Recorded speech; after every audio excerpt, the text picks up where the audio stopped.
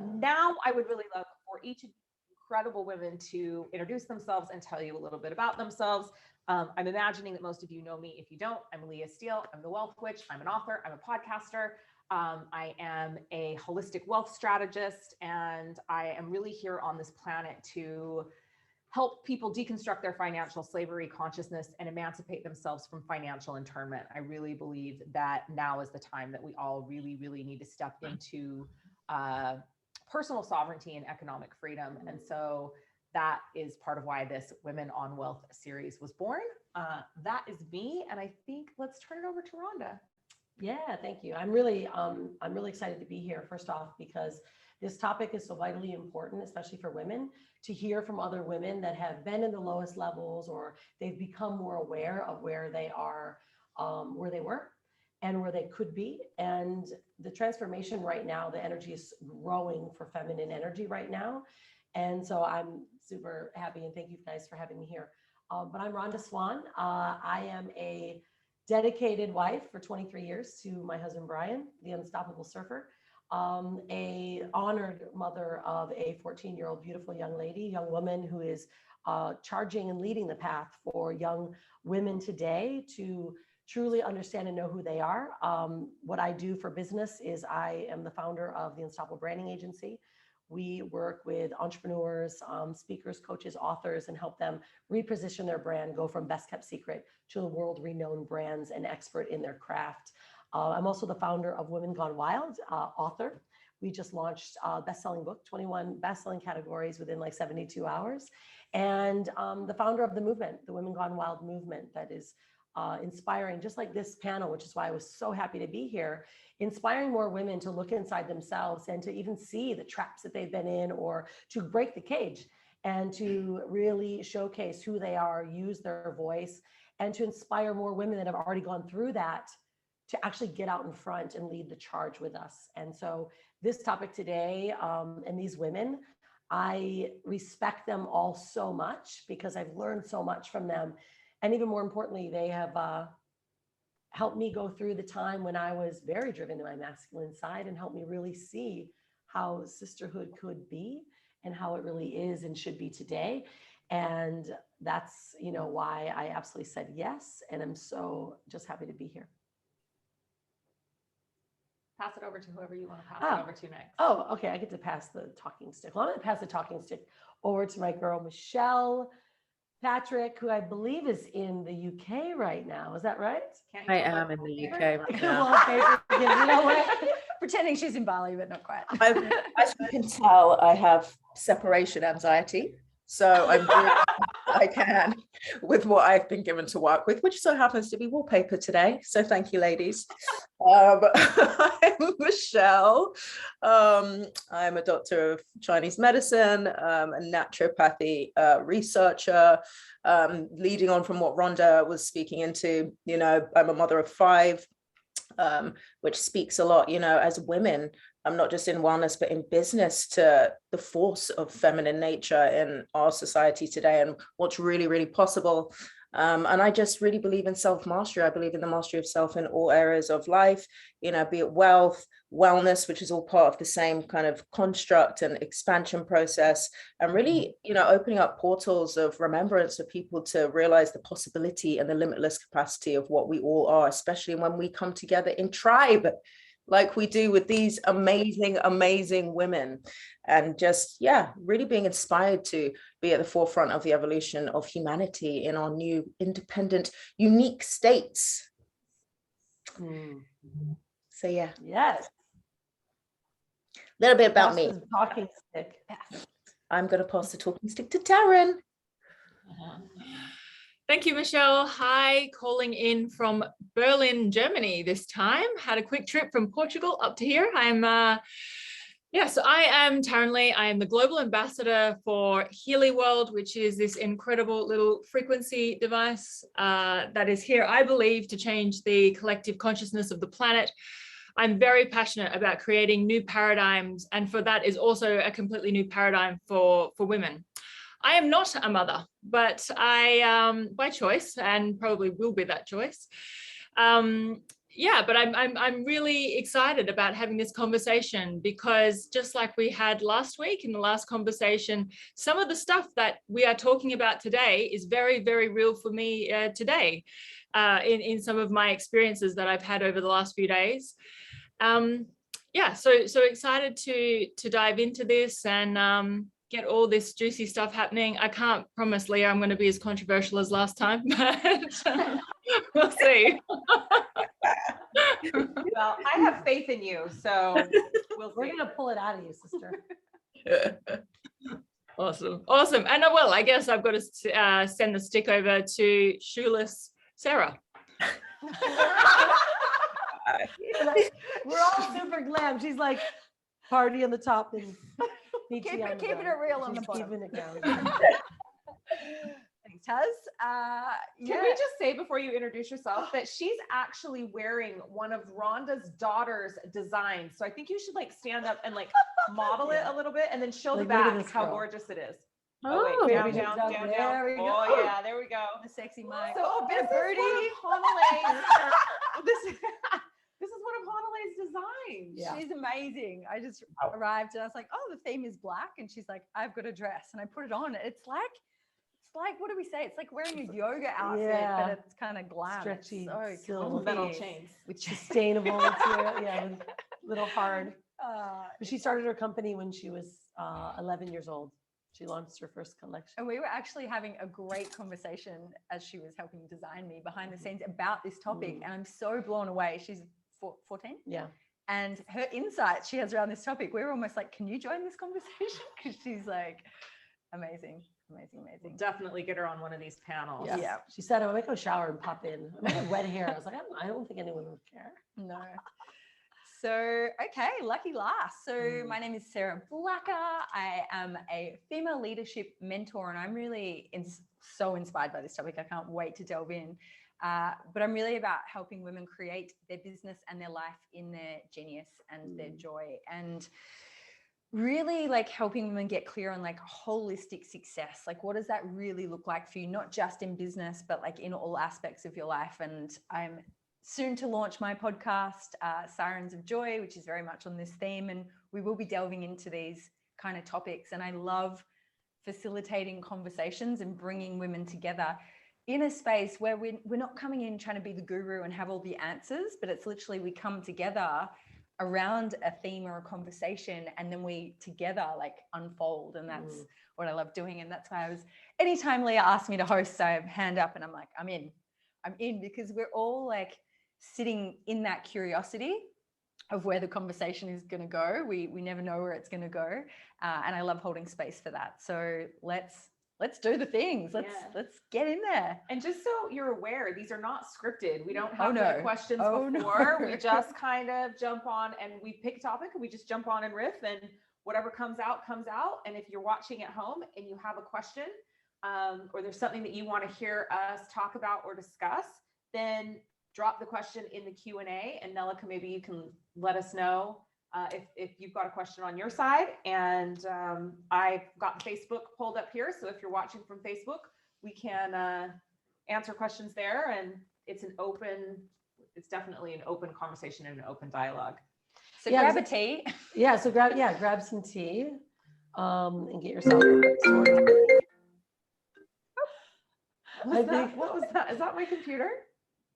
I don't know. Well, I think it's really important to really set the tone for everyone, because, this isn't scripted, but it's really important that you get into a space of really of understanding like where you are now, and starting to listen to the way the conversation is, and just know every single one of us has been in a place that you are now. And some of us haven't even gone to even maybe where you are in your advancement, or let's say in your enlightenment, if you will. But we've all been in the doldrums, and we've all been in the space where we're uncertain. And that's why we want to talk about this topic. Yeah, we look super glam today. We decided to get fancy for you. But when it comes down to stripping us really down to who we are as women, that's what this conversation needs to be. So, take yourself away from maybe that physical identity that you might be seeing, like, oh, I'm not like them, or maybe you're saying, wow, I'm better than them, right? But just let all that go, because the moment that we actually tap in as women, and really realize that we all have moon cycles.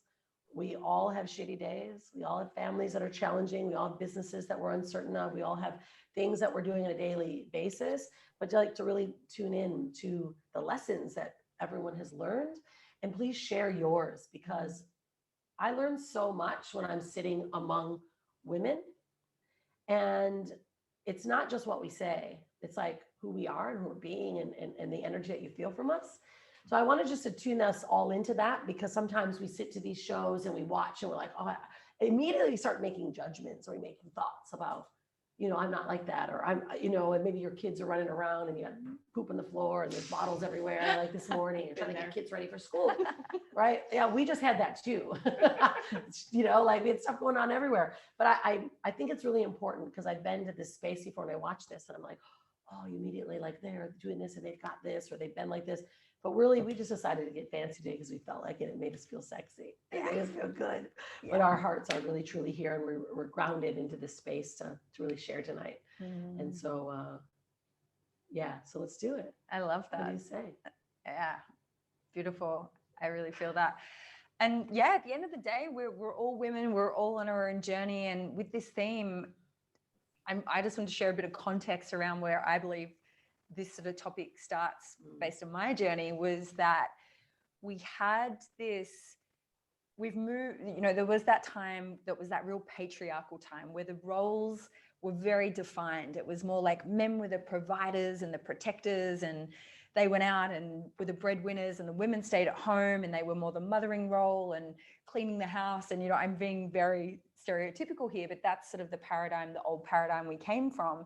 And then there was this feminist movement that happened, and we sort of got our rights, and women went out into the workforce, and sometimes in very male dominated industries, and would actually dress like men and act like men. And it was a really significant and important time for women, because we got our rights, we got our freedom. We were able to go out and make money and not be dependent on that masculine or male role to be the provider and protector. And that was a really significant time. And I feel like, so we went from this and then kind of swung out into this feminist movement. And like I said, that was powerful. And then where we're coming to now, which is why I'm so excited for this conversation, is I think that was also an interesting time for men, because if men were not that standard role anymore of the provider or the protector, I think that sent men into a exploration of, okay, who are we when, we're not just that. And then they started to delve into feeling emotions and things like that. So why I find this topic so fascinating is we're all, as a collective and personally, now in this exploration of what is it to be a woman in the world? What is it to be a man in the world?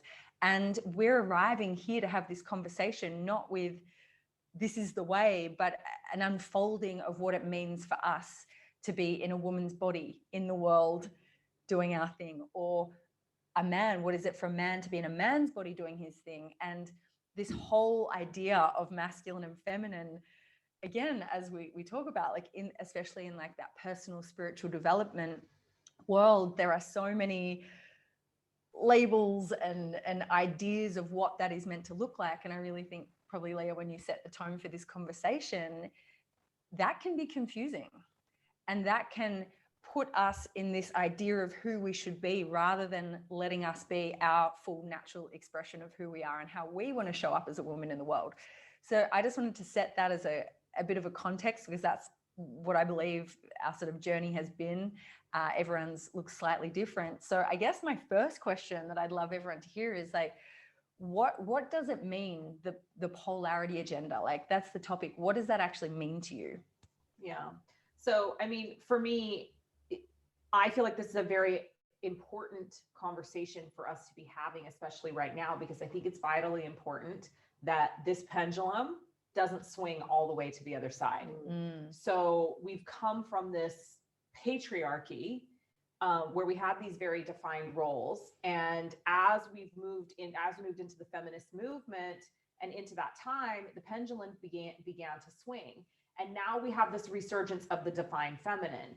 But we cannot have a resurgence of the divine feminine if we don't consider the divine masculine. And we need to understand that, when the topic, the polarity agenda, came to me, it was because this is another way that we are controlled and manipulated by an agenda that doesn't serve the highest and best good of humanity. Because as long as we stay divided, we are easy to control and manipulate. And so it absolutely serves the people that are the puppeteers, who are pulling the strings, who are trying to manipulate us for money and power, to have men and women just as divided as we are in other areas, racially or by political parties. And so, you know, we have this big resurgence of the divine feminine, and it's a really, really beautiful thing. But I don't believe that what will serve us is to move into a matriarchy. We've got to come into a place where we can find balance. And right now, this idea of what is masculine and what is feminine, and in all areas. I mean, I hope one of the things that we dive into is what this looks like in the spiritual community, because there are a lot of projections and perceptions about women in business who are too masculine, who need to be more feminine, who need to tap more into their feminine side. So I just really wanted to open the conversation to talk about all of these things, put them on the table, but also with the realization that we get to choose. We get to step into these conversations and now move into a new era where we can choose balance. And we get to choose that balance not only in traditional genders between us and our significant others, or us and our children, but within ourselves. So we get to choose what that balance of masculine and feminine looks like internally. And I think that hopefully this conversation will be a start to people not allowing themselves to be controlled, manipulated, shamed, judged, projected upon by anyone. So that's your take on. Yeah. Yeah. And Rhonda, I know this has been a big journey for you personally, and you've started to share that more openly on your social media and in your interviews and stuff, which I love, because again, it's just like, it's bringing all these conversations are bringing to the surface, I think, things that we deeply feel and think about often, but haven't had the space to like really question. So I'd love to hear a bit about your journey around this topic. Well, I mean, it's been a pretty intense journey, actually. I just recently really learned the difference between the balance between my masculine and my feminine. In fact, I have very heavily navigated and leaned into my masculine side. It's just kind of something that, we grew up in the patriarchy, right? And so I'm seeing this, my mother, amazing woman, and my dad is very controlling. And so I saw this and I didn't want to be like her. I loved her dearly, but I saw this power always over her. And I remember being a really young girl, like, this is not right. Mom, step up to dad. And I remember making a choice then that I wanted to be in complete control. But what happened is, instead of me understanding and learning, balancing between a masculine and feminine side, and knowing that being a woman, that I can be vulnerable and still be strong, that crying doesn't make me weak. However, my mom didn't teach me that stuff. And so I grew up wanting to be different. And so I just became this really powerhouse, right? But I didn't take anyone's shit, because my mom took so much shit all the time. And I was like, Mom, why are you doing this? I don't want to be like that. So I navigated through life, just really until recently, doing everything I could to not be seen like a woman that was vulnerable, that was controlled, because my family didn't have a very balanced relationship where there was respect for the divine feminine. There was respect for within the sacred union, if you will, more neutrality than one stronger than the other. And I didn't learn this stuff until recently. And so I navigated through that and like powerhoused it through corporate, and realized that when I quit corporate 15 years ago to start my company, to become an entrepreneur, I didn't want to put my daughter in daycare. So I was already feeling that motherhood, that sense of mothering that I knew I needed to be for my daughter. But instead of nurturing that, I took on that role that, yeah, I can have a child, and I could run a business, and I can have this baby on my arm. I mean, Hanalei was on stage with me at 6 weeks old, and I'm speaking on stage, right? But I was navigating so heavily, more so in the masculine, because all I was trying to do is compete, right, with everyone else, like fighting forward to be seen in that more masculine driven world, from not only from corporate and then into digital marketing, because I was one of the first digital marketing women that built a business exclusively online, but I was being taught by all the men. So here I am thinking I'm making these big feminine decisions, and I'm this big, powerful business owner female. However, what I realized is that exact belief system that I had in corporate and growing up, I brought it even into my entrepreneur journey. And I was like this small bird in a really big cage, but I was ignoring the bars around me. I was ignoring all this pressure because I was stepping over women to try to, beat them, competing with the men, trying to be better than them. And then it dawned on me how much I had burned myself out competing and not actually realizing and honoring my feminine side. And so recently, I mean, I literally had a massive reawakening. I think we all have like these awakenings all the time in our life, like where we reawaken and then things happen. But I found myself feeling shamed because I didn't learn the lessons from my grandmother, from my mother. I didn't want to hear them of actually how to raise a daughter in her feminine side. And my daughter's so beautifully feminine, and she's so soft.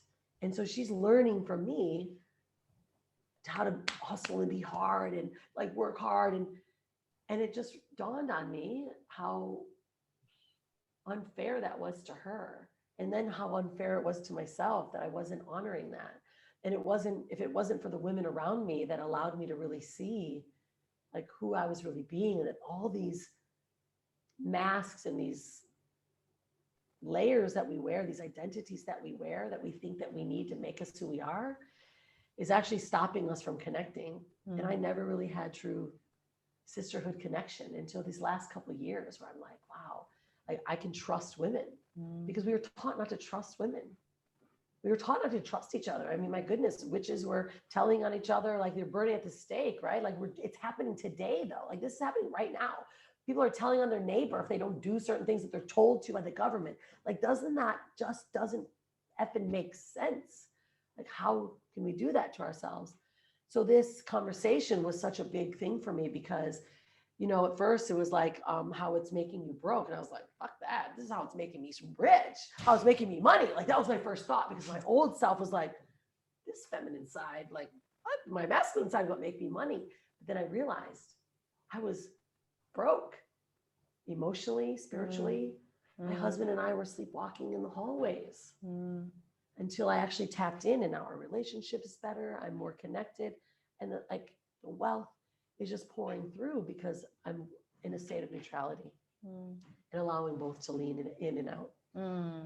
That's beautiful. And I love like how you expand the definition of broke there, because we're not just talking about financial money coming in. We're talking about like the quality of our life and our sense of fulfillment. And I think that's a really powerful add.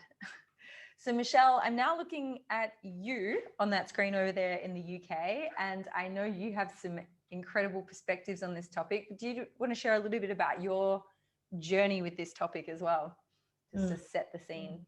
Yeah, my journey with this topic has been quite interesting. I was a young mother.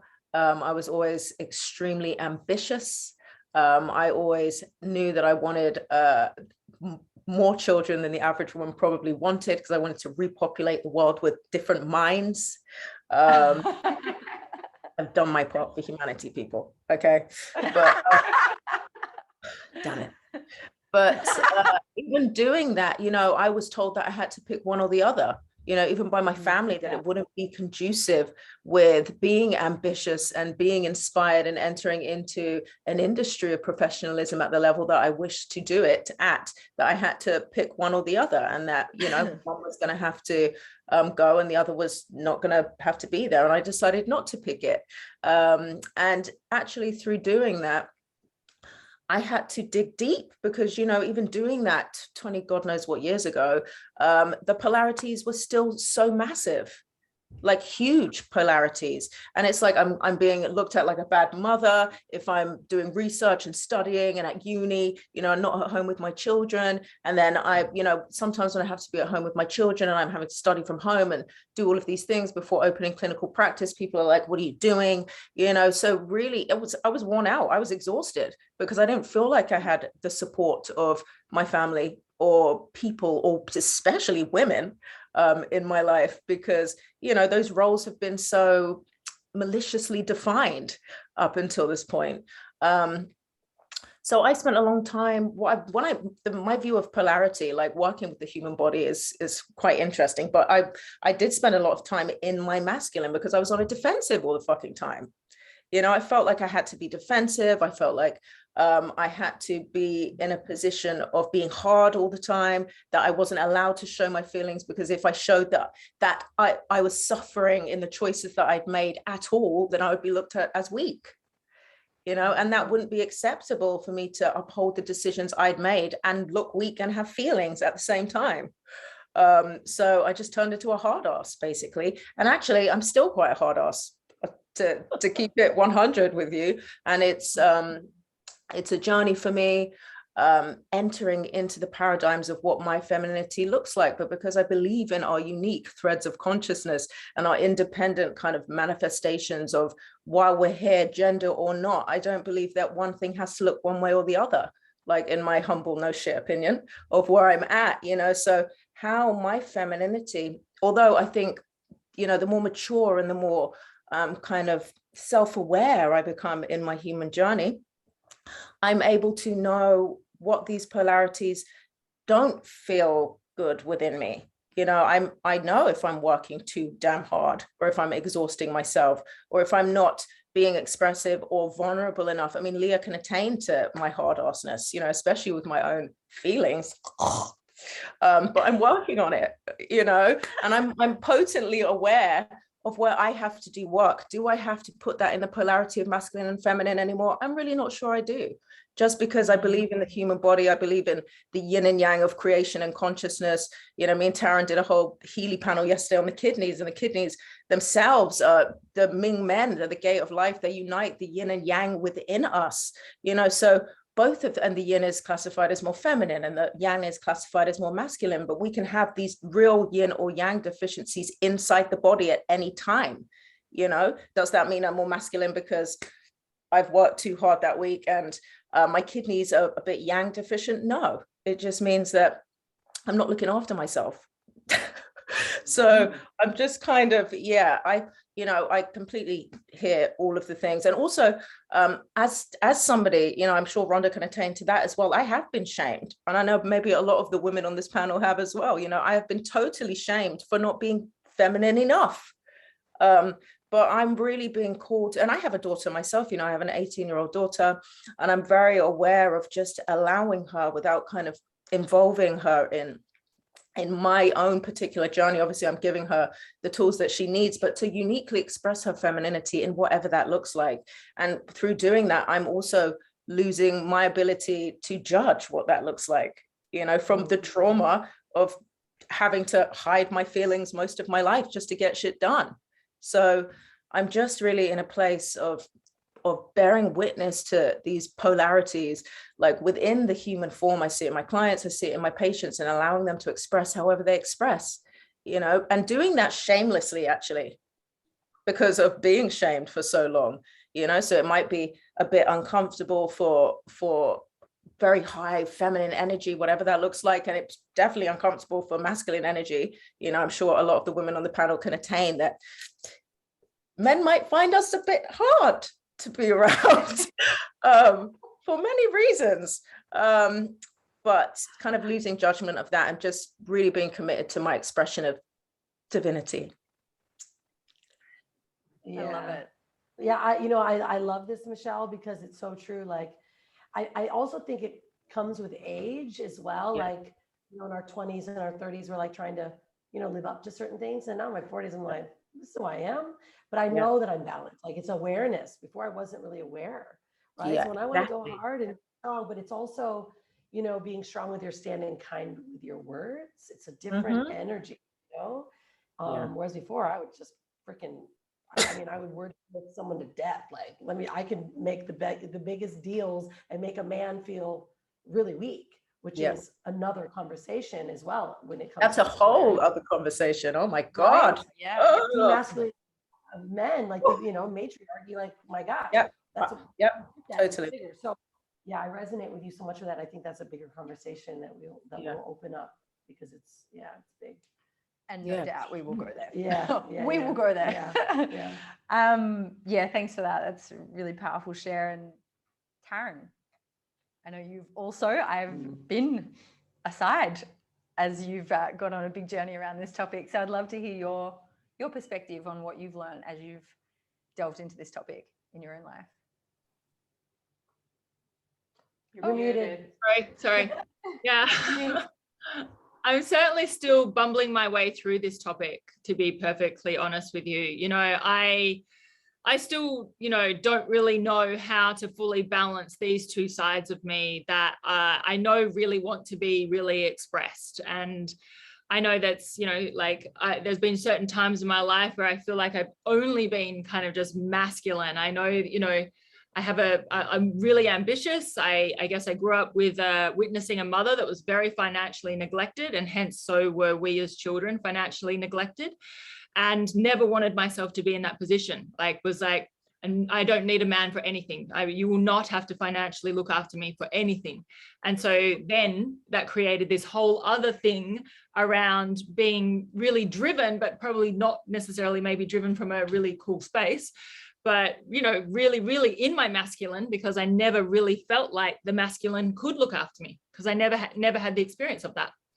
And so, I still am trying to find my way around that, in terms of that masculine and feminine, and how do I really embrace more of that feminine that I know deeply wants to come out more, but often feels like she can't. So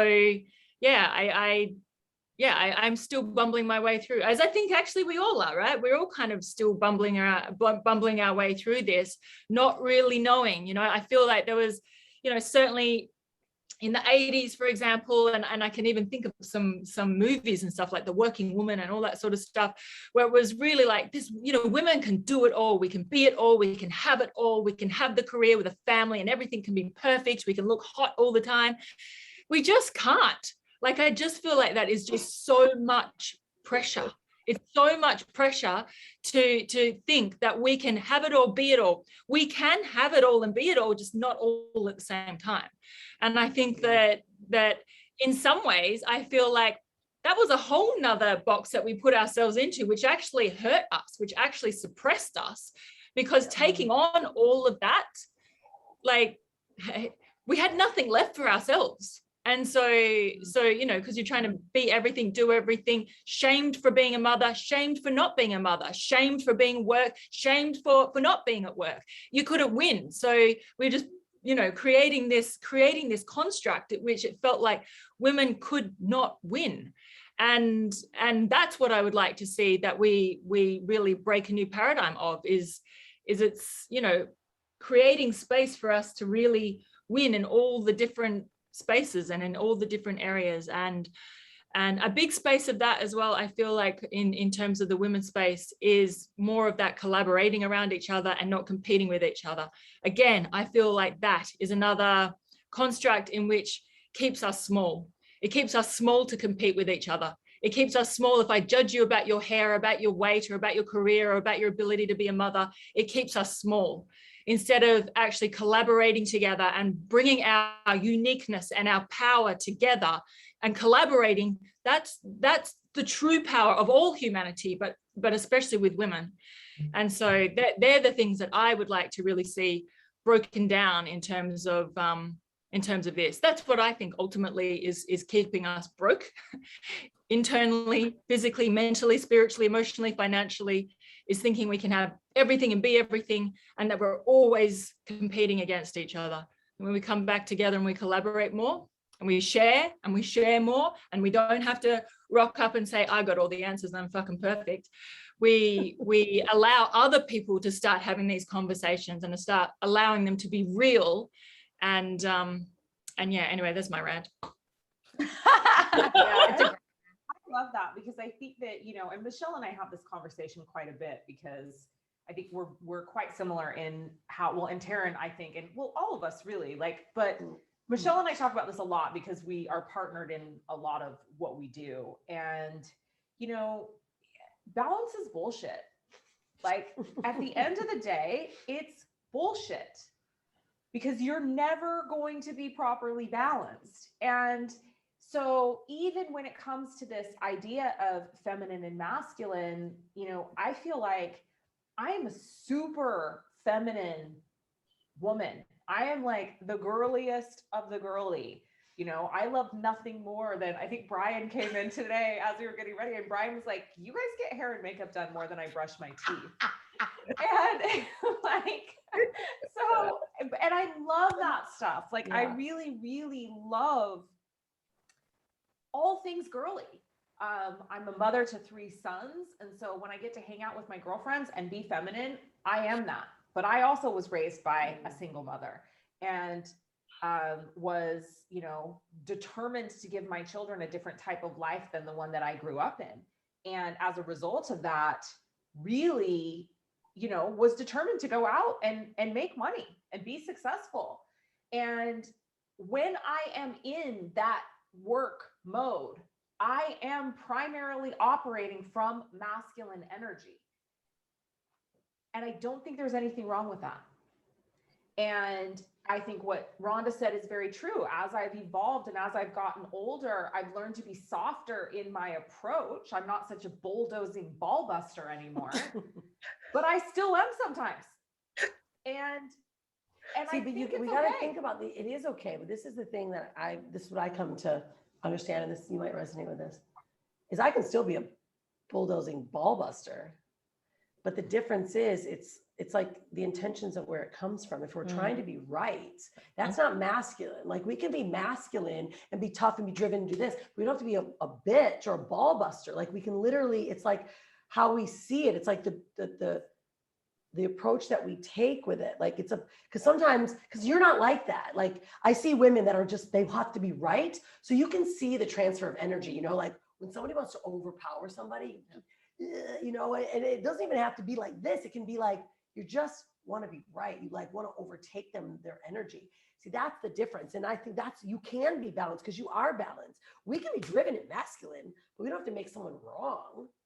Right. You know, and I think that gets confusing. For a lot of women, they get confused because they're like, I'm either have to be hard or I have to be soft. Like, I have to be either one or the other, but you can blend the two together by just being hard and driven, but just being like, you know, like your feminine side can allow emotions to come through. So I think that's what I'm learning. Like, because before I thought it was one or the other. And I think I'm either going to eat your face or I'm going to kiss your face, you know? And I think that's a topic that might be, that comes up for a lot of women that are trying to learn this balance too. You know, I just feel like I get to be both, and Yeah. I get to flow Yeah, between sure. them as it suits. And it doesn't, you know, I think the thing that I really struggle with and have struggled with is, especially since my real like spiritual reawakening and taking this spiritual journey, is the amount of shame Wow. that has been put upon me by women in the feminine space. Yes. Being like, you know, you're detached from your sacral chakra and you need to get more in touch with your womb. And, you know, like, there's like shaming me because I operate a certain way in business. And so I took a lot of that on for a long time. And now I'm like, fuck that. Like, I will operate from a heart-led, heart-centered place. But when it's time for masculine energy to come out, it comes out. And when there's time for feminine energy to come out, it comes out. And I don't believe that there's a right or wrong of how we use that energy. I guess this is what I'm rambling on about. No. I think it's really important. And that was a question I was going to ask. One thing that I will add in is I think the languaging that gets used around masculine and feminine is confusing as well, because in some cultures, like what we perceive and what we know to be feminine qualities, in other religions or practices, they actually would call that like creating maybe a feminine quality in some philosophies, and then creating maybe a masculine quality in other philosophies. And so even the languaging around that, I think, can be confusing of what is feminine. Am I being feminine now? Is this feminine? Or is this masculine? Is this masculine? And I think the whole, so I want to open that up as well, of like, how do we think this spiritual development space is influencing how we show up and actually blocking us from being exactly as we are? Like, I know some of the wording again, and this got brought up in the last topic, but like, yeah, I mean, Leah, you're a big, I don't want to say personality, but you're a thought leader. You are a big personality, but you're a big leader in this space. And I know you do see a lot of other people out there, sharing in this topic. Like, how do you think it is affecting us and our ability to just show up fully as we are, at our true nature, not because of who we think we need to be? Yeah, well, I mean, I think obviously I'm super passionate about people deconstructing programming and conditioning, and that is programming and conditioning of all kinds. And, all of these judgments and perceptions and projections about how people should or should not be showing up in the world and how they should or should not be operating is, it really just ultimately is detrimental to us expressing our true essence and who we are. And so, there's this, that whole saying, like, live and let live. Like, more people really need to take that on board, because it's, it doesn't serve us to try to convince somebody else to be different. And who the fuck are we to tell them who to be anyway? It's like, show up as you show up. And I think Michelle actually does this really beautifully. Like, I love watching how Michelle shows up and operates in the world. Even down to how she expresses herself in her clothing. Like, I can tell, by when I talk to her, like, she's in quite a feminine space today. Another day she's not. And it's like, she actually really just shows up as she feels in that day and in that moment. And it's, I think it's incredible to see that. And I think if more of us, and here's the, like, now I'm saying, if more of us would just do that, giving my perceptions and my projections onto what everybody else should do. But, it's like, what's resonating and what's alive for you. Yeah. I hate that phrase. I take that back. Not what's alive for you. And not what's resonating for you either. We need new spiritual dictionary, because I just can't take the words anymore. Can we Let's do do that? frequencies.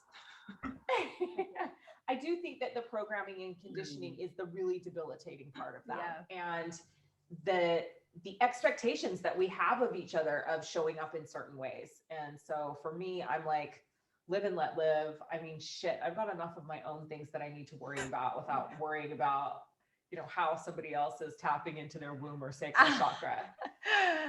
Nothing wrong with it. And I mean, if that is for you, that's for you. But I'm just saying, like, again, it's like, when I focus on how am I showing up in my life? How am I showing up in my business? How am I showing up with my children? How am I showing up with my friends?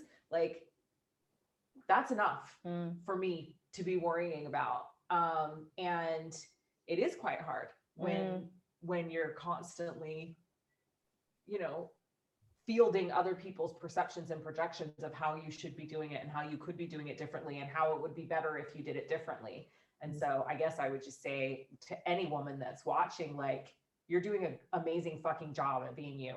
So keep showing up and being you. And obviously we can all get better, but it's like, really, like, we don't hear it enough. Like, it's hard out there. And if as long as you're showing up, to life, you're doing a good fucking job right now. Yeah.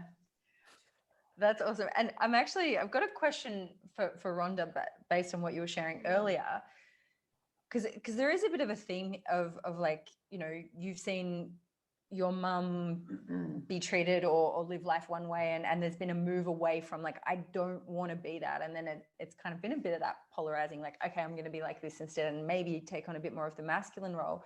How did you come to the point where you realized, it sounds from what you're saying, like that was a bit more of a compensating kind of way that you were? How did you realize like, oh, actually there's some layers to peel back here so that I'm more connected to like how I really want to show up and not just a compensation? Does that make sense? It's a lot of words. Like when you said Yeah. you hit this point where you realized you did want to connect. Do you more really with want me this. to tell everyone Yeah, like yeah. how I actually tapped in and figured it out? Yeah, I'd love to hear I sat in 20 different peyote ceremonies and that. actually fucking faced myself. Yeah. I wasn't running around doing, masculine, just doing everything I need to do to prove to be better, to be bigger, to win, to this. I actually stopped and I sat with myself, and I sat with the fire, and I learned about the elements, because I was one of those women that was like, see, my family's American Indian. My great grandmother was a Cherokee Indian chief. She was a medicine woman. But I said, if I see another dream catcher in my life, I'm gonna fucking barf. Right? That was who I was. However, when I sat there in the fire and actually started to learn about the elements and I was judging the feminine, the airy fairies, I called them. Like, seriously, I'm being honest here. I judge so many women because what I saw in them, I knew I had, but I didn't know how to act on it. So I'm like, oh, these girls are so overly airy fairy. But in reality, it was because I was just so hard. So I sat there in this fire and started to learn about these elements and learn how protected we are, and got re-tapped back into what Mother Earth actually provides us. And then I saw myself in this hard shell of a woman that had no heart. I didn't know how to connect. And I saw these women, these spiritual ancestral women that were so strong, but they were praying and they were there for the earth and they were praying for the elements, and they were so beautiful and feminine. And I saw that inside myself and realized, wow, like, look what you've allowed to happen to you. All these trying to be better and trying to be accepted, put all this, like, I had a shell out over me. And so that's how I really started to tap into it, and like really got serious, tapped into myself.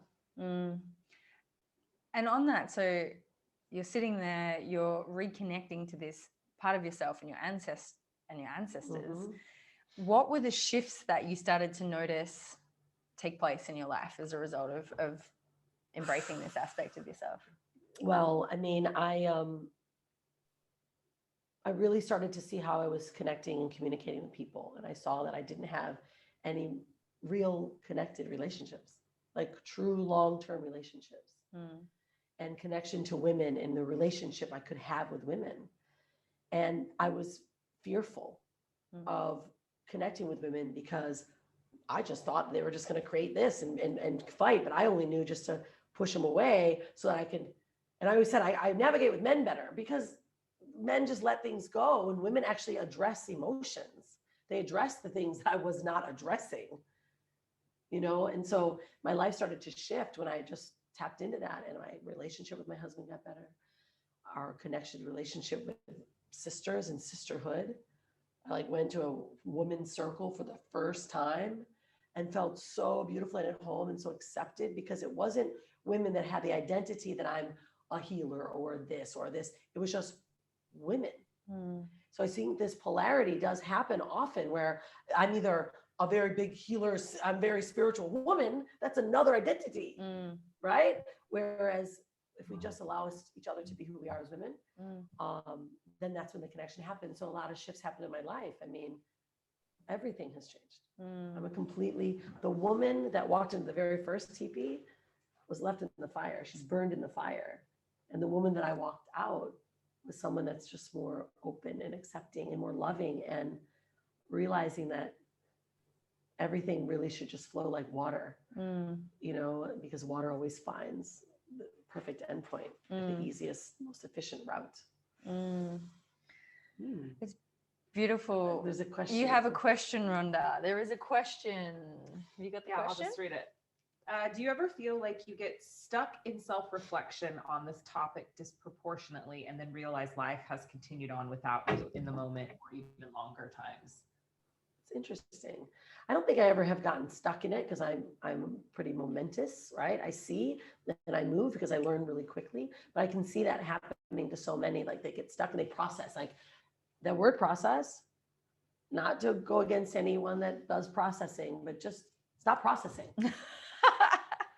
Just let it be within you, because you are processing constantly. When people's like, I really need to process that. Now there's no judgment, but it's like, if we could just take it on and move and take it as a lesson, we don't really have to process. We're already processed. We're so connected to spirit that we're so perfect.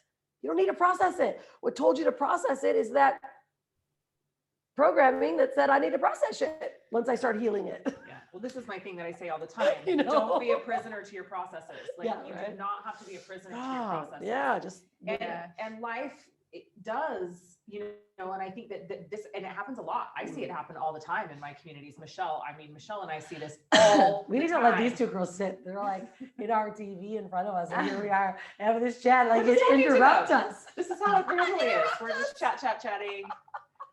But yeah, Those are Michelle, I amazing. mean, you should speak to this, Michelle, because Yeah. we see this all the time of people getting stuck in, like, yeah, becoming a prisoner of their processes and not actually actioning when their wood element is fucked. Carry on. You're muted. Oh, I was muted. Sorry. I really love to want Rhonda, because obviously I bring everything back to the body. You know, I bring everything, but it's just the nature of who I am. So Rhonda's speaking on water. And again, that's the kidneys. It's the yin and yang. It's the divine flow. And none of these things are separate. These parts of us are mutually dependent. They're intertwining. The night does not just boom appear in the middle of the day, and the day does not just appear in the middle of the night. There is a even flow. So exactly to what Leah was saying, what is balance? Balance looks like flow. And actually one of the only facts in life, in my humble no shit opinion, is that life is a process, period. So why are we processing the process? Like, you know, that really comes from a state of lack. And I'm just going to just give it to how I feel about it. I really feel like we've been programmed and domesticated into a deep state of lack. And that teaches us that we're not good enough. We have to be less or more of something, and that we have to be in a process. Otherwise, we're not good people. You know, and being present is the process. Like Rhonda was just saying, she experienced all of these amazing things in her present in those moments, which therefore changed the frequency of her, who she is today. But those things happen in the present, you know, and we don't always have to allow ourselves to be in a state of process, because that just speaks to lack to me. You know, rather than the unveiling of what we are, which is this amazing, magnificent human spirit living a human life, doing the human things. So we get to, you know, do all of the things without being a mess or feeling like we have to be a mess and that we have to shame ourselves into going through a messy process to be a good person in life. You know, stop it. And I think on the last panel, we spoke to this needing to be healed, this healing all the damn time. Like, what's wrong with just being okay with being present where you are today and not looking at it from a state of lack or needing to be healed? Why can't we let consciousness unveil its expression as it wants to express it without the kind of human domesticated projections of the identity that we have to have as humanity, as women or men? I think it's bullshit. Like, I really do. But obviously, again, this is just my know nothing humble opinion. We are where we are in the journey of life. But as you asked me to speak to the process, I feel like the process needs to just be being okay with being okay. And being okay can, you know, again, when we're using all these words, and words have different definitions based on experiences and discoveries of people, like, what does being okay? Being okay could also just be being messy. I'm good enough. Yeah. and good enough in your mess. It doesn't have to be in a state of continual and like, what's the word I'm looking for? Just a continual journey of what other people's okay looks like, because then you're not allowing your expression of self to be, and it's like, even taking it back to the masculine and feminine polarities, it's like, if we go with left and right brain analogies, like biological and metaphysical, analytical to intuitive thinking, I also don't buy that narrative, because I think the feminine nature and the nature of intuition could be quite analytical. Creation was definitely quite analytical when it happened, but creation is yin, and men also get to be divinely intuitive, without being analytical too. And so I just break the paradigms of like the identity of what being a human being looks like, because that's how we're going to change what the world looks like now. It's not by holding on to the same bullshit frameworks that got us here in the first place. Well, I think Taryn's a great example of what you just said. She's Yeah. so extremely feminine, but so extraordinarily analytical and scientific. Like, I love when I met you, Taryn. I was like, this is just fucking epic bombshell. Like, she is, you never see her coming, because she's like so epically beautiful and very feminine in her presence, yet boom, grounded and centered in just who you are. It's not even masculine. It's just like who you are. And so I think you're a really good example in that. I know that you've got a lot to say on that topic. And I was just going to like prompt you with a question there too, Taz, because you have like an organization with thousands of predominantly women. Like, there's men in the organization as well, but naturally, social selling model, it does attract more women to that industry by nature. So on this topic, like when you've got that bird's eye perspective, how do you see these gender roles and the programming around that impact, bring it back to the overarching topic of women and wealth? Like, how do you see that impact the women in your community's ability to create abundance that they desire? Yeah, I mean, the main thing that I see time and time again with women, and actually with men, so it's not necessarily just with women, but is that feeling of deserving. Like, that feels like it's when I have my trainings or whenever I'm doing things, in group settings, and I'm really getting out of them, what's really blocking you is either this, like, I really fundamentally don't believe I deserve it, or I don't want to be seen doing it, or I don't want to be seen as who I am. And so I would say that is one of the things. And so then I'm curious of, have we always, especially for women, right? And this is something that I've battled against, but I don't have it anymore. And FYI, when I stopped having this feeling around this, I had lots and lots of wealth come in. But I used to feel shameful about wanting to have lots of money. And I used to feel really shameful about being an ambitious woman. Like, I used to feel a lot of shame around that. And I used to feel, and for the periods before that though, I felt like I didn't deserve it as well. So I had like all of that. And then I went into, well, I think I deserve it, to now I feel shameful about thinking I deserve it. And then moving out of that. As I moved out of those different areas and those different mindsets, I found myself, really elevating in terms of wealth. But that's the thing, like I really see with a lot of women, is just that feel like, that they're shamed for wanting it. They're shamed. In fact, in our industry, especially in our industry, one of the reasons why women are not often the very, very, very top inside of our industry is because they feel too ashamed to tell people how much money they make. But the men don't. The men are, in fact, lead with, this is how much money I made. I made this much, I made this much, I made this much. Whereas women like never want to say, I do this because I want to make an amazing income. I want an amazing money. Like they feel like they've always got to back it up with something else. It's like, yes, I want lots of money because I'm going to have an orphanage. That's why. Or, they've always got to have this other reason around why they want to have this money. Well, maybe they just like nice stuff and they want to have money and they want to have freedom and choices and all that sort of stuff. So yeah, in my community for sure, and in any that I've really worked in that's been predominantly women, there's been this big thing around deserving and feeling seen.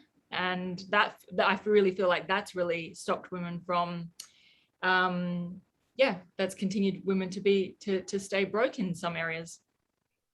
And I mean, I love this, and this is, I guess, goes out to everyone on here, and you can do popcorn style. How do you notice a difference between how women in business approach business as opposed to how, we'll call it, male bodies? We don't want to get too caught in the masculine and feminine, but in general, do you see any differences, or is it more neutral? Like, you can follow on with that. Yeah, I mean, I guess I follow on from exactly that is men will lead with money and women will lead with heart or community or something else within our business structure, which is amazing too. You know, it is amazing too to be leading with those things too. But I predominantly see that men will be leading more with, look, this is how you make an incredible income. This is how I have, you know, this incredible life. And women sometimes feel ashamed about it. I'm lucky here in this group here, women don't have that. Inside of here, in this collective here, and, you know, especially like in the Witches of Wall Street and whatnot, there isn't this shame around earning money, wanting money, believing we deserve it, all that sort of stuff. And that's part of us also trying to break that paradigm down as well. You know, actually, something really that made me feel very sad, actually, that happened a few weeks ago. I met up with a very interesting entrepreneur when I was in Portugal, and he runs the 7-Figure Club. And they meet up every month in somewhere around the world in different spaces. They have like this weekend and they do amazing stuff, and they share their tips on crypto and stocks and real estate, and they share all of their network and resources with inside of that. And he said to me, I could not find one woman to join us. And I was like, what? Wow. It's like, I cannot find one woman to join us in the 7-Figure Club. And I was like, wow, I can't believe that. And so, you know, I remember at the time thinking, this is not acceptable. Like, we need to create have this space where women can have that too. So, yeah. Okay, so next question again for anyone. Why do we think that is? Like, why do we think that women don't want to be part of the 7-Figure Club? Like, what is that that's stopping women? And I guess that following question is, how do we then encourage women to feel like they own their seat at that table? I mean, it starts from the programming. I mean, think about when you're really young, right? Girls wear pink and boys wear blue. Boys are weak if they cry. Girls are girls, right? Girls are allowed to cry, boys are not. Like, we were already programmed with all of this as we grew up. And if you think about wealth in itself, we also really weren't taught what wealth was. Like, my grandparents were in the Depression, right? They hid their money under their bed. My parents then learned from their parents. So the most money was actually made in the Depression. See, unless we're educated by our families or our grandparents, or we did it ourselves, we actually just take on the societal programming that says that, like, think of the words when you say the root of evil. Money is the root of evil, right? Like, all these things were said, and I was brought up that way. You know, so all these little things that were brought up, and I mean, of course, I'm brought in an American, you know, family, but like my family, my dad, I grew up, my dad always saying that we never had enough. But then I realized, wait a minute, I always had everything I needed. I wore Jordache jeans, you know, like, I always had everything I needed. And so what it dawned on me is that this really is bullshit programming, but I had a really poor relationship with money. And so when I, you know, quit corporate, because I was just told what I could make, right? So corporate told me what I could make, what I was worth, right? And I was like fighting for it. And I remember like, oh, you just missed your bonus. I'm like, bullshit, because I've been tracking my bonuses and I didn't just miss my bonus. Same thing happened when I got into network marketing when I quit my job. I'm like, fuck you, I didn't miss this, right? But I was still acting within a system, an industry that was still controlling me until I actually said, I am out of here, I'm doing it myself, was when it was the scariest time of my life, because corporate, I could hide behind everyone, I got a paycheck.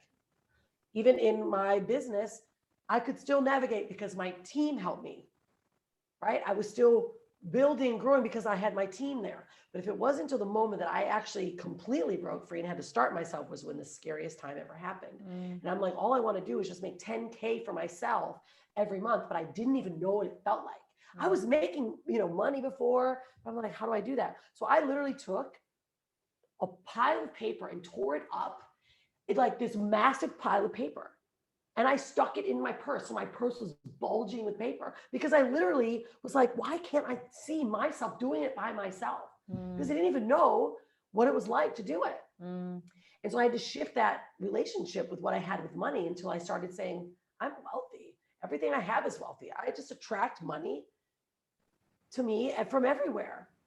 And I stopped putting the limitations. And I tell you, it was a challenge, but until the moment I went, it's okay for me to like jewels. It's okay for me to like things because these things aren't identifying, I don't identify them with making me a better person. And it took a while to actually get to that point. And now, we were trapped in even the American dream, right? The house is the stuff, because I was just trying to live up to everyone else. And finally we got all this shit and I went, this is not gonna make me a better person. And that's Or happy. Or happy. And then we lost it all. Right? So then you lose it all and then you go, oh shit, okay, now who am I as a human? Who am I as a mother? Who am I as a woman? Who am I? Because I really have everything I need: food, water, shelter, and love. Like if you literally have the three necessities and you actually add love in, you are so wealthy. And that moment is when I became wealthy in every area of my life. Right? And so I think that it comes down to that programming that we get from at a very, very young age. Well, and I think that programming also is generational and ancestral. For sure. We are all carrying money trauma from generations and generations and generations, and it's part of our genetic memory. So this is why I'm so passionate about doing the work that I do, because when we are able to deconstruct that programming and conditioning, we actually experience freedom, sometimes for the first time ever in our lives. But I think Taryn actually really hit the nail on the head. Men are unapologetic about earning money, and men are programmed to be unapologetic. Women are programmed to apologize. I'm sorry. Yeah, exactly. Yeah, I'm sorry. I'm sorry for making money. I'm sorry that I made more money than you. And so when we actually just put that down, that need to apologize for wanting, for having, for deserving, for desiring, when we just put down the apology, that's how I think we actually step into the 7-figure club. When I decided that I gave no fucks anymore what anybody said about the lifestyle that I wanted to live, the money that I wanted to make, and I was just like, look, none of you are paying my bills. None of you are supporting me. So I'm going to do what the fuck I want. And I don't actually care what any of you think. And when I actually really, truly meant that for the first time was when I had my first $50,000 month. When I really, truly was like, I am so sick of everybody's opinions of me. And I'm not because your opinions are none of my business. Right. And I'm not sorry. I'm actually not sorry that I want to have these things. I'm not sorry because I know who I am, and I know what I do when I'm properly resourced. And so it's no one's business. So when I dropped the apology and I stopped caring, that's actually when I was able to expand. So I think that's how women hit the 7-figure club, is work on their programming, work on their conditioning, deconstruct their generational, money trauma, and stop apologizing. And as you're saying that, as you're all sharing, it's like I can feel these layers coming off, because you're saying you've got people throwing, oh, you need to be more connected to your feminine and da da da. And once you made that decision, I can visualize you almost blocking away. I don't care what you think, I'm going for it. And that's actually what you need to do. It's blinkers on and you go for it. And then people will have their own perceptions and projections of all kinds of roles and stereotypes of who they want you to be. But everyone on this call has made a decision that this is what I choose. This is what's true for me. This is what I desire, and I'm going for it. And I'm not letting these layers, because when we're talking about masculine and feminine, that's one layer, but there's so many layers. And I know that's the majority of your work is peeling that back, constantly peeling that back. Another one that's coming to me as we're all having this discussion, as every one of you on this call is a woman who is very empowered, physically, mentally, emotionally, spiritually, financially. How do you find your relationship dynamic with men has I know this is going to be a juicy one, but like changed and evolved? Because, you know, again, going back to that more patriarchal, when the women needed there was more a codependency there of a need for men to provide, which created a certain dynamic. But once a woman steps into her sovereignty and is empowered in all those levels, especially financially, how has your journey been with relating to men and you know, in your, if you care to share, in your intimate relationships, because you're not needing anything in that old dynamic anymore. So I'm really curious if anyone cares to jump in around that, because I find that a very fascinating topic.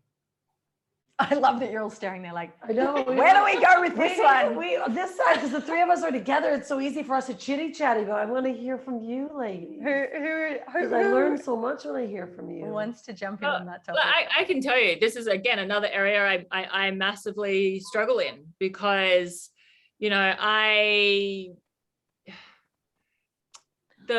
and again, I guess I'm even about to use old words, but like the feminine side of me likes to have a man that will pay for things and provide and do all that sort of stuff. And I like to be treated. I don't need it anymore. I just like it, but I don't need it. So I also find that I often, you know, like I have a partner at the moment, and, you know, he doesn't earn anything close to what I do. And it's actually not that easy to find someone that does. And so then you don't feel, you're like, oh, this little bit seems to be out of balance. And so, still navigating that space. And maybe it's, again, we're redefining how we show up in relationships in different ways, when you're no longer, you know, like, I guess marriage in some ways was often like it was a codependency. It was created so that women were looked after. It was created for that in the beginning, and men were looked after on the flip side. They were cared for and nurtured, and women were provided for and looked after from that sense. And so it does really flip things around. But I'm going to say, I still like to be treated. I still like to be treated like a lady. I still like to be, you know, we might all be this old feminine power and I'm strong and everything. I still want someone to open my door, and I still want someone to pull out my chair, and I still want someone to rock up to my door with flowers, and I still want someone to go out and buy me dinner.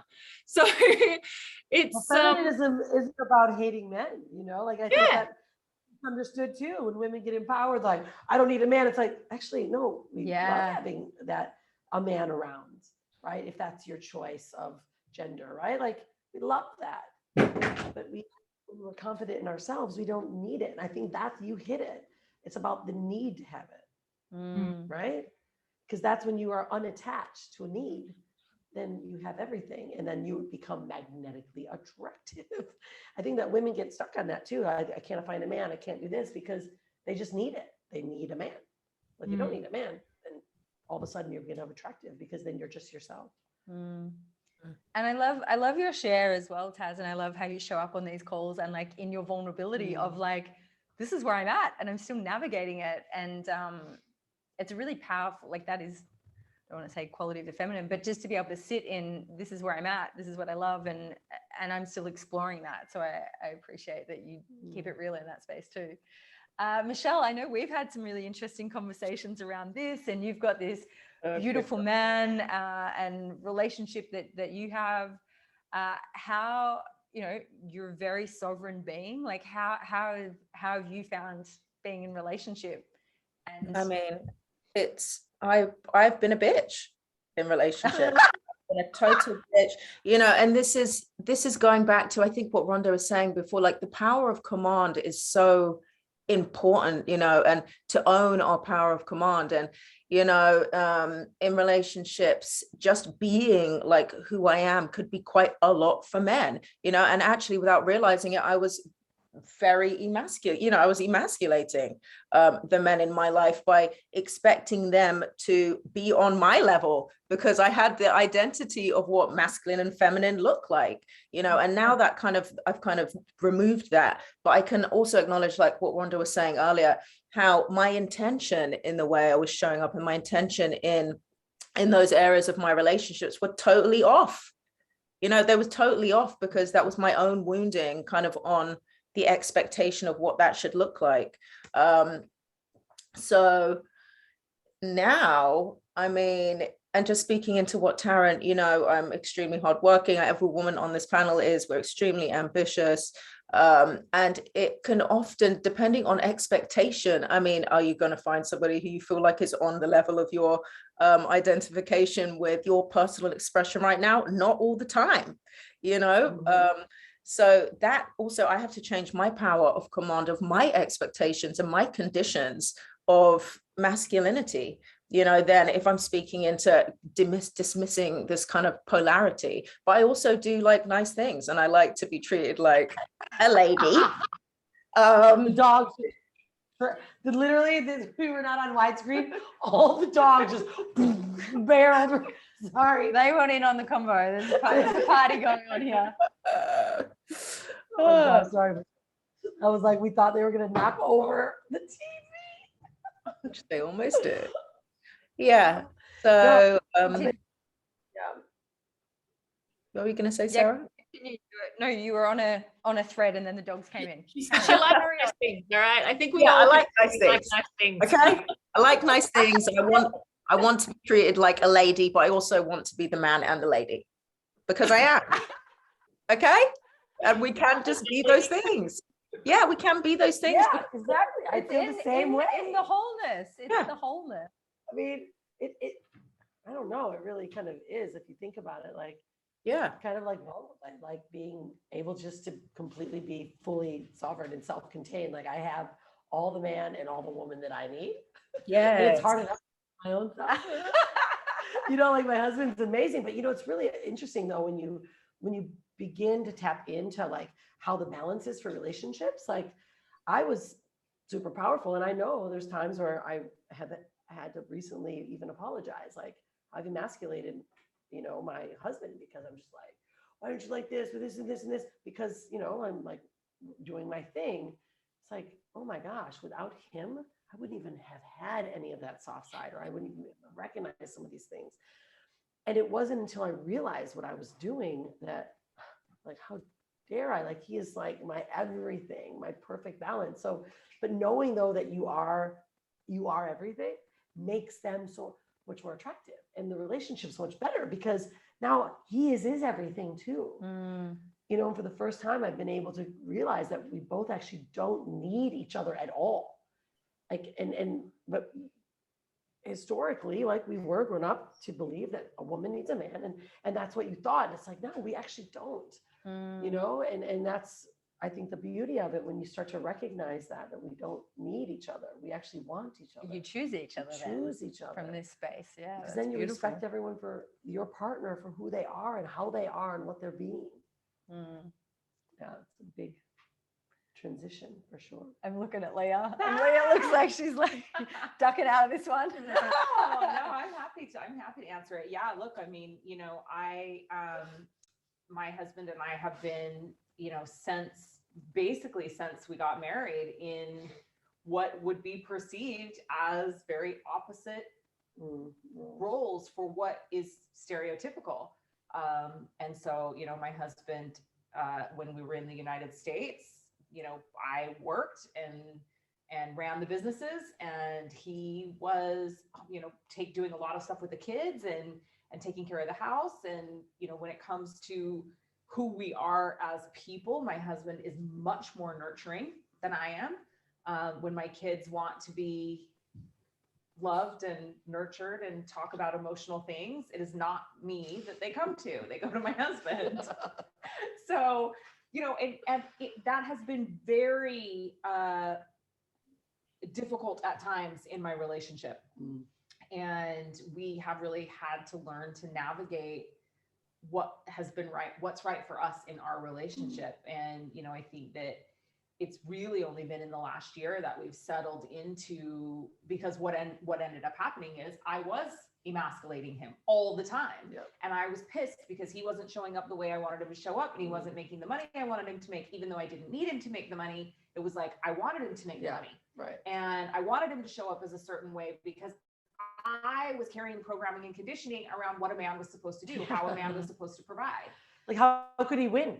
Right. He How could couldn't. he freaking win? He couldn't because he was doing all the things that I needed him to do Yeah. to support the that's- family so yeah. that I could build my Right. business and be successful I mean, in the way that we I are the was. bitches. We've done it. Like, the powerful women inside of us have actually fucked up our men. Yeah. Like, I have to apologize for that. Like, I know it. I've done that. It's like, wow, look what we've created, because it is really easy to blame the patriarchy and to blame the control. But we took on this powerful woman role. So now we've got to come back and come back to that neutrality and you know, and apologize, if you will. Like, really apologize for these things that I thought I was doing to become who I thought everyone wanted me to be. So You we've know? worked hard, you know, over Yeah, the last several right. months to bring it Mm. back into alignment Yeah. and you know, and to let go of attachments around what it's supposed to look like. Mm.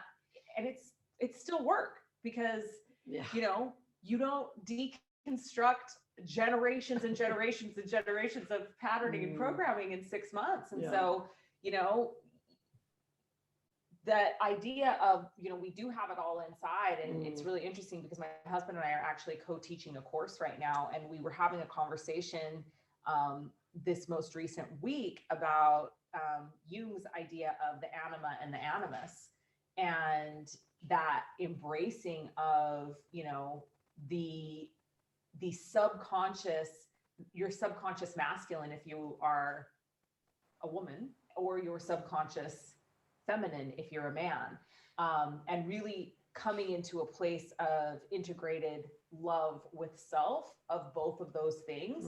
And that's what you're talking about. Yeah. It's like when we find that Yeah. inside ourselves, then we don't actually need Yeah. that from another person, but it is the opportunity that we can then actually come together in like really beautiful harmony Yeah. with each other.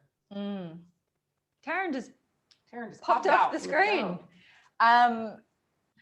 Cool. So is there any questions coming 9:30. through 9:30? Because there's one more question, one more thing that's coming through as well that I really love about this group of women, and I'm really loving everyone's shares. I think we're like touching on a lot of topics that people watching are probably like really relating to, especially when you have that ambitious businesswoman side and you want the relationship and the home life and the social life. And, you know, it does become, how do we have it all?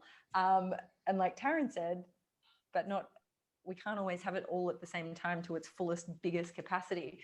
But what I love about the witches as well is that,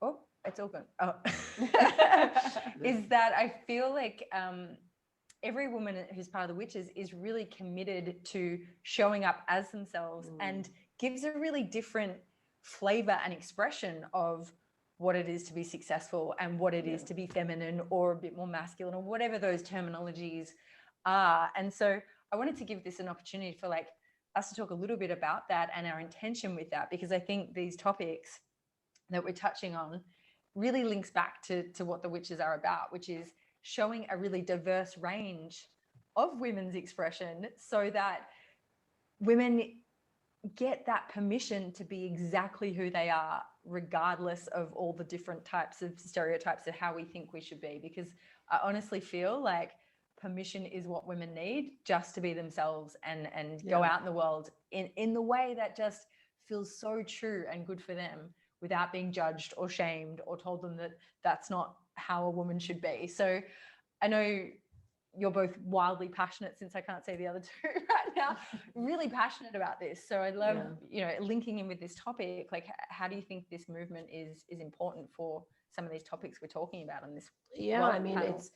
it's I mean, the new form of currency is feminine, Yeah. right? And but it's not feminine in a sense that we give it a label, feminine meaning soft. It's really truly knowing who you are inside. Like, women tap so deeply into our, you know, what we are, like our connection, our intuition. And that's what I love about the witches when we all came together, because all of us were so unique, but it's like, we respect each other in who we are. I mean, we are courageous. We are women. Like, we give birth, we give life, but knowing that as well, like knowing that is powerful.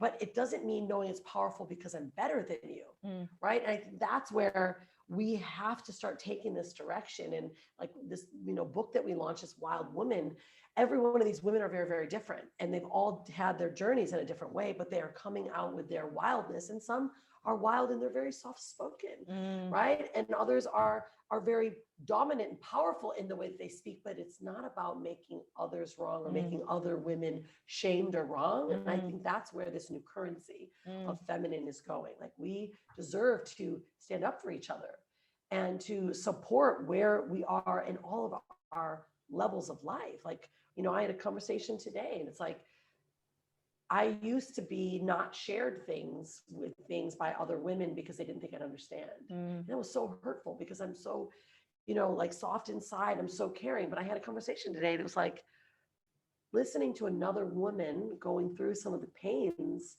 that she's experiencing because she started to realize things in her life. And it's like,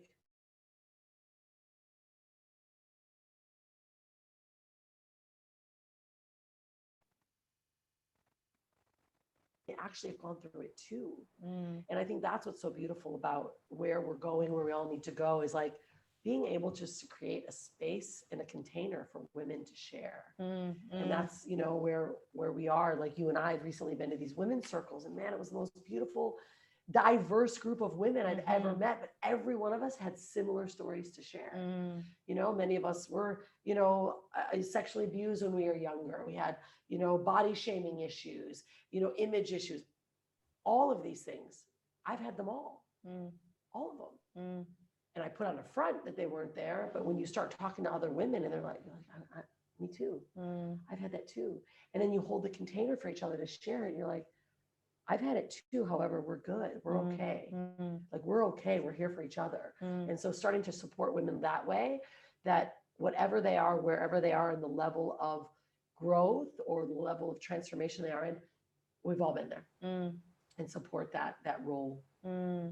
Yeah, that's beautiful. And like, we've shared some like incredible time on this land where we sit in circle and like we pray and we with the elements, and it's really that. And going back to the conversation, like, I am that. Yeah. I am her. I am him. I am, we really are going beyond like all the ideas. And Can we get Michelle back up on the screen or no? and Taryn? Taryn's still not there, so I don't know. Michelle's just It's patiently just waiting. Michelle. I can see her on the phone. Oh, she's there. Okay, she's just not on our screen, so we can still talk as if. But we can't hear her. Oh, right. We'll bring her up. But yeah, do you want to touch on the witches and how you feel like this is another way to like liberate women of the ideas? Yeah, I mean, for me, I'm very passionate about Witches of Wall Street because, and Taryn's not there, is that right? And she's kind of asked. She dropped off into space. Now we lost Michelle again.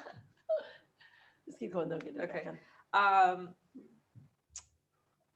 Yeah, they're like, we're freezing on Facebook, I guess. But yeah, so I mean, I'm super passionate about Witches of Wall Street because, again, I think it's really important that we begin to break down this programming and conditioning that we have around women having to apologize for the things that they desire to have. And I really believe that when women are properly resourced, they are going to change the world. And so I want to be a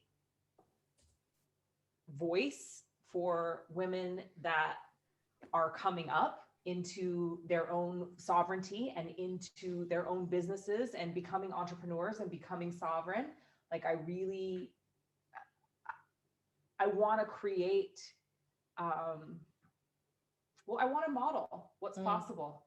And I want women to see that you can have strong sisterhood and be powerful women and make money and make a huge difference in the world. And we also really want to model and show how powerful we are when we actually do give back and when we help other women on their journey. And so, and there's a lot in the world around, we're having a lot of conversations and discussions in the world around gender and around what that means. And for me, like, that isn't my space. That isn't my conversation to have. Yeah. Yeah. But what my conversation is to have is to help empower female entrepreneurs and help empower women that want to step into the lives that we're living, that want to have the experiences that we're having, that want to give back and help other women. Yeah. And so, I think even in these conversations, especially with this topic, the polarity agenda, there's a lot of places we could take this conversation, but I don't feel that's my conversation to have. And so I'm passionate about Witches of Wall Street because we're all incredibly powerful spiritual women who are highly motivated by helping highly motivated to help other women. And I think that every single one of us is unapologetic in the way that we're living our lives. And that's what I want to model. And that's what I want to show women what is possible in that space. And it's examples, like it's different examples of women who have gone out. Oh, are we frozen? Oh no, We're freezing, I guess, but carry on. Different examples of women that have gone and They can hear us. carry they on. can hear us. Yeah. Okay. Gone on and become like self-made is the common thread of all the women in the Witches. And like I said, it's in very different ways and very different forms and expressions of the feminine or their being a woman in the world. And I think that's what's inspiring, because people can be like, I'm inspired by that, how she, or I'm a bit like, it's almost like characters, we talk about the characters that we all have, and it's like, I'm like her and she's gone and done it, so I can do it too. Or I'm a bit more like her. And it's just permission. I think permission is what it's about. Michelle, we'll hand it over to you because you're back on the screen, which is lovely to see you again. How do you think the Witches, and us all coming together is really supporting women to break free of these ideas of, the gender roles, especially, and what's possible as a woman? I mean, I think what's really beautiful about us, collaborative, is that we're all different expressions of women, we're totally all different expressions of women. And I'm really, quite even inspired by that, because it teaches us that there is no clear definition of what femininity or masculine or women coming together should look like. We can all be extremely diverse in our attributes of professionalism and life and humanity, and still come together and be badass and, inspire not just ourselves, but the people that we inspire through inspiring ourselves. And that it is possible, that, especially speaking into that competition piece, I think that just going on the previous kind of foundations of patriarchy, women, professional women that work hard and play hard, but still enjoy, the vitality of being a woman, struggle around being around other successful women, because it kind of naturally seeds like a feeling of that competitive nature, and while I don't feel like there's anything wrong with competition, I think competition can be healthy. Should we call it competition? No, maybe we should call it inspiration. You can be inspired by people who are seeding the same things as you into the world and inspiring the conscious collective in the same attributes that maybe you are getting shamed or judged for, so I think that it's just really beautiful collaborative effort of women coming together in their pure expression of the divinity, without labels, without judgment, who can be in each other's company, who can be inspired by each other's uniqueness, and hopefully be the mirror for sharing that into the world. Yeah, I love it. And is there any questions coming through around this topic? Are we frozen on Zoom also? Because we're looking at the Zoom, right? For me, you're frozen on Zoom. You've been frozen on and off Zoom, on Zoom most of the time for me, the past 10 minutes or so. Okay. Yeah, we're completely frozen on Zoom, so I don't know if it's no, it's just on Zoom. We're completely frozen. On here, are we? Yeah, but this is the Zoom on this on here. So, well, Frozen? we there any are questions? frozen, but Are there any questions?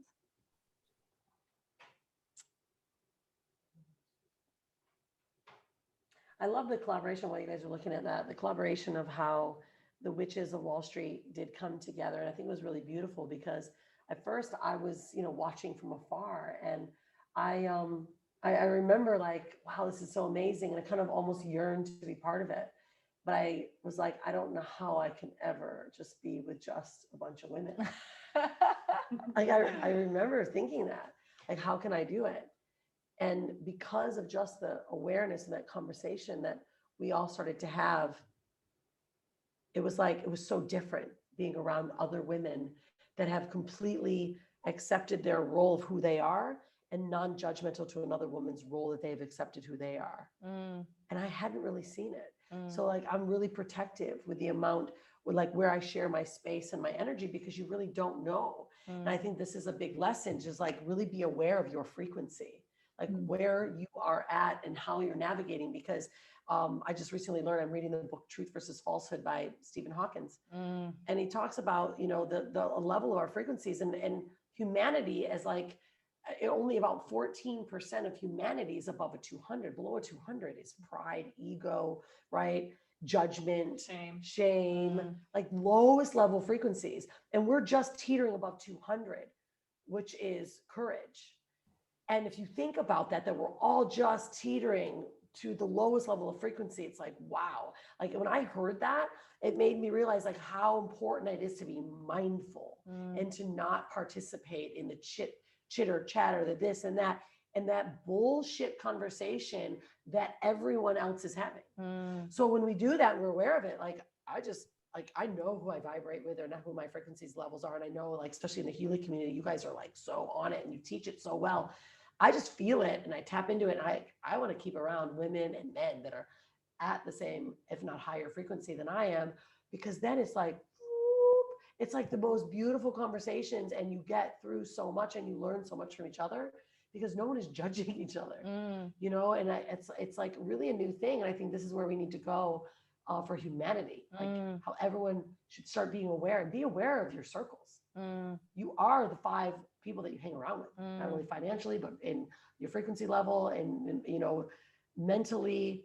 And it's so important. So I'm very protective now of who I'm around and who I share my energy with. And I think that's so key as well. Like when you've got a space where you feel safe and non-judged, you can, like, these are the conversations we have all the time, and we can enter, like Taryn, like all of us have, from a space of curiosity and vulnerability, and I haven't got it all figured out, but I'm on a journey and this is the wisdom I have learned.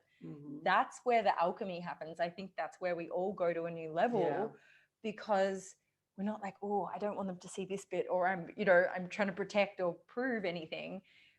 We enter into a space, we share what's real for us, and there's an alchemy that happens, and wisdom comes. And I know every time we get invited to one of your events or Leah's events, we all come on and we share and we give, but we all receive our own little piece and our upgrade around whatever topic we're delving into. And I think that's where the elevation and the consciousness, like raising the consciousness, happens in a very tangible way. And so I love being part of these conversations for that reason. We're back. Are we moving? Oh no, we're frozen. No, we're still frozen. Make sure that the router didn't change the different Wi-Fi. Is there any questions coming through on here? Not anything. I think we've kind of touched on all of it. Yeah, We've stuff that's come through. So it feels like it's actually probably a good place to wrap it up. This was an incredible conversation. I'm so grateful. We lost Taryn partway through, about when we started freezing, I guess.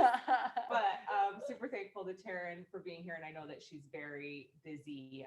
She's been in and out of meetings the last few days. So really appreciate her taking the time to be here. That's a great place for your face to be present. At least you look happy. But we're certainly missing these ladies back in Bali, so hoping that they can get back here with us soon, and then we can do a panel all together. Yes. We are in the process of formulating the next upcoming panels, so that's a little bit better one. We're in the process of formulating the upcoming panels. If you've been watching these series and there's topics that you really want to hear from us on, give us a note in the Facebook group and let us know, because I really want to facilitate a couple of these a month. My plan is to do 2 of these a month. We'll probably make them a little bit shorter. They'll probably be an hour and a half moving forward, though I know everybody has been like messaging and being like, oh, it's so great to have like these very robust conversations. And the time goes by really quickly. So we'll see how we end up formatting them. But if there's topics that you would love to hear about, let us know. If you're super interested in bringing something to a panel, let us know. These are really intended to be collaborative. And again, if you want information on any of these amazing ladies, come join us over in the Facebook group, because all of their information is there, how to find them on social media, all the places where you can follow them. And they have also begun putting some special offers and some things to introduce you to their communities inside that Facebook group. So you definitely want to go check that out. And if you haven't registered for the panel series, which I think you would have if you're watching this, but if you for some reason haven't registered, definitely do that so that you can get updated on upcoming panels. I think that's it. This is amazing. Thanks for being here. Great to see you, Michelle. Yeah, Miss you, Michelle. Miss you guys. Hurry back. Miss you too. Trying.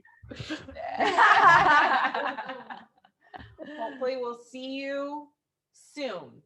Mhm. And thanks to everybody for hanging in there and watching and being here with us. And Love it. Oh, here. That camera. that was Thanks, me. I was everyone. talking in the wrong camera. I was frozen. Now look at me now.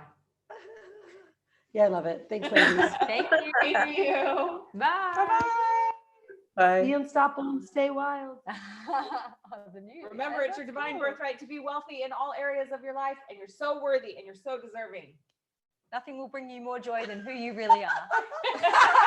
Michelle, what's yours? Do you, boo?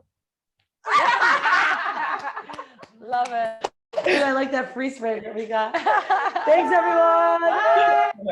Bye. See you next time. Dang it. This TV, like, are we really, we've been chippy choppy. So we checked to see if the Wi-Fi. Oh, that would I was have gonna been get- good. I was trying to get the shot. That would have been a good freeze frame. So it wasn't the router, it wasn't that. The audio was going fine though, Yeah, because I could see which is the. good because I could we see also the- have the pure recording. Yeah, and I could see Oh, the cool, cool, captions. cool.